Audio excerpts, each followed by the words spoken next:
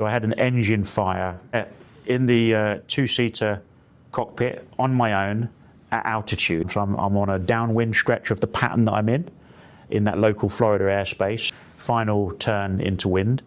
This is what they call final approach. And it was at that point where the fire that I'd seen externally, this little thin streak of flame that I mentioned externally, now breached the cockpit internally. The fire started to build in the lower confines of the two-seater cockpit, and I'm still at significant altitude. So I'm still at 1,000 feet plus indicated on altimeter within that local airspace. So I had a pretty stout boots on at the time, boots and socks, but I'd made the distinct error of wearing only shorts to the knee, like these men's cargo style pants, and only a thin cotton t-shirt and a pair of like Oakley sunglasses sort of wrap around.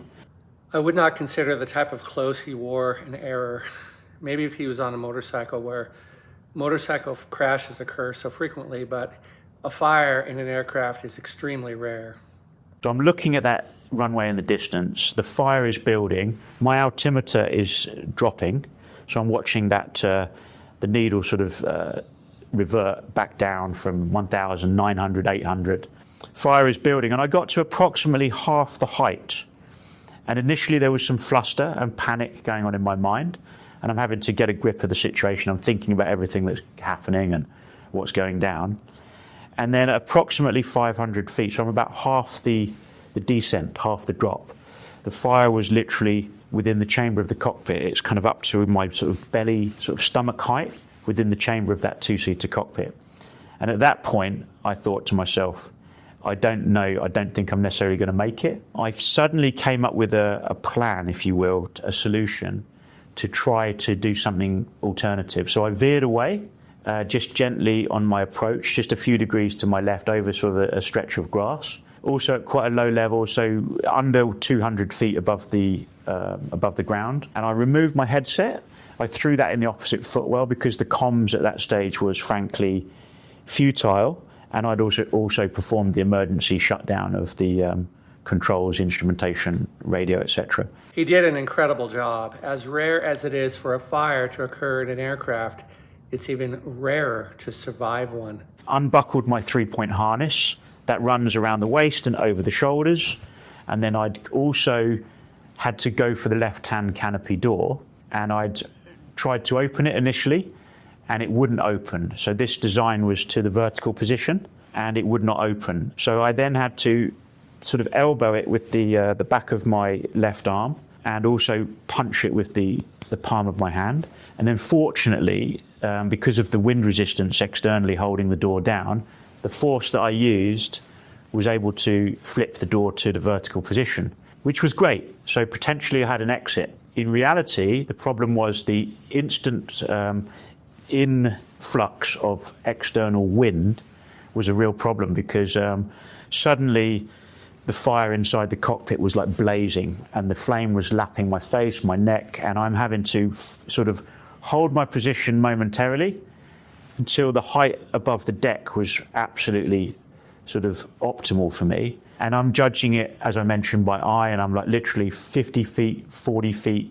30 feet, and about 20 feet, I just thought, this is me, this is my one and only shot. And I'm left hand on the control stick, right hand on the throttle, hyperventilating through the corner of my mouth to protect my airway from the flame ingress, breathing it in, and also one eye shut in a bid to protect the eyesight, keeping the dominant eye open. So in the last moments, I'm judging it, and about 20 feet above the deck, I managed to clamber onto the seat, onto the left wing, and I just went for it.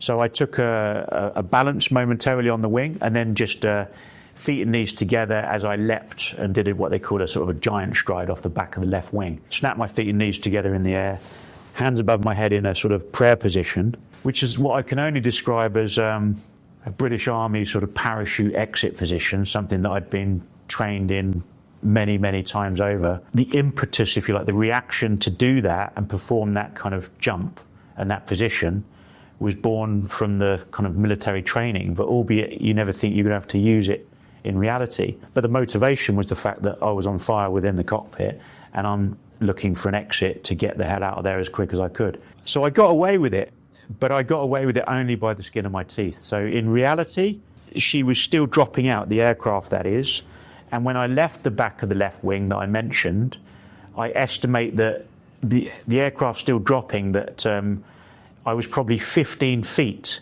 when I physically left the back of the wing, and I'm gliding in at approximately 30 knots. So stall was imminent. I'd say I got away with it by skin of teeth, by the the stretch of my skin and bacon, as it were. I landed feet first in the long grass, relatively soft ground because of some recent torrential storm front and rainfall that had swept through Florida that afternoon, which is not uncommon. So I knew the ground would be somewhat soft when I made the landing, but I thrust forward in the impact of hitting the ground. So feet first, feet and knees together. Long bones, good, but in the thrust forwards, I inadvertently face planted the ground. I had a bilateral nasal fracture. So both sides of the nose were fractured here.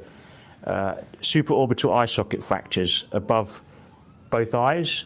I inadvertently ruptured my large intestine, internally the colon.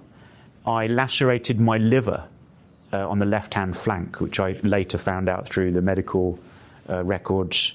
2 ribs were also fractured, and a clavicle, in here in the collarbone. My left index finger, as you can see there on the camera, hyperextended and fractured on contact with the ground. If he hadn't had his military training, do you think he would have survived? And then I tore also with the sharp grass and everything that I impacted in the tropical Florida area. I ruptured, or rather tore, through the right side of my nose, through the what they call the crease of your nose where it meets the face, the alar, through the lip, that completely ripped open. So multiple fractures, internal injuries. But for the record, I was 63% third and fourth degree burn. And the fourth degree burn aspect means that it's down to the bone. So where I mentioned that the fire breached the cockpit initially, in the higher altitude region, approximately 1,000 feet, that's where my lower limbs and my shin area specifically was burning for the longer period of time. So that was a